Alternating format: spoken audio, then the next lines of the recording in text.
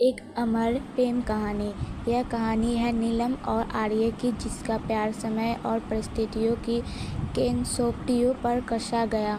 नील एक प्रतिभाशाली चित्रकार था, जिसके हाथों में रंगों को मिलाने की जादूगरी थी, और आर्य एक मुक्त आत्मा, जिससे संगीत और मधुर धुनों में अपनी आत्मा को गढ़ा था।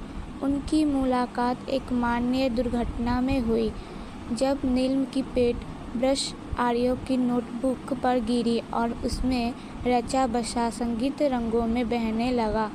प्यार ने धीरे धीरे अपने आँख पसारे और नील और आर्यन के साथ मिलकर संगीत और कला की एक नई दुनिया को जन्म दिया।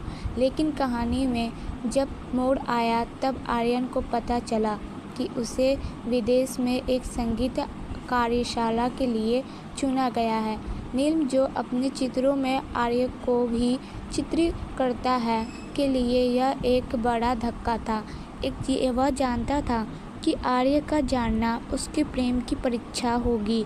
कई महीनों बीत गए और आर्य के विदेश में संगीत और अपनी शिक्षा को गहराई में अपनाया।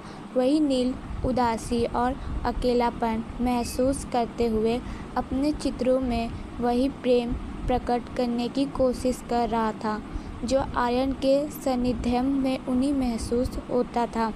आर्यन ने अपनी संगीत यात्रा को पूरा किया और आपस आ गई। नील और आर्यन को पुनर्मिलन हुआ, लेकिन कुछ बदल गया था। संस्कृति मतभेद, आर्य के संगीत में बदलाव और नील के नेत्रों में आई उदासी और उसके प्यार को प्रभावित किया। फिर भी यह उसका प्यार कुछ इस तरह का था जो बाधाओं को मत देकर उभरा। एक दिन नीलम ने आर्यन के सामने वह चित्र प्रस्तुत किया, जिसे उसने उसकी अनुपस्थिति में बनाया था। आर्यन ने उसको अपने लिए नील की गहरी उदासी और प्यार को महसूस किया। उसी पर आर्यन ने एक ऐसी धुन बजाई जिसमें उनके अपने दिल के हर कोई कोनों से नील के प्रति अपने प्रेम को व्यक्त किया। संगीत और चित्रकला के माध्यम से उन्हें एक स्वाद स्थापित किया। यहाँ शब्दों की जरूरत नहीं पड़ी। कहानी समाप्त होती है, लेकिन उनका प्यार एक नया आयाम पर चुका था।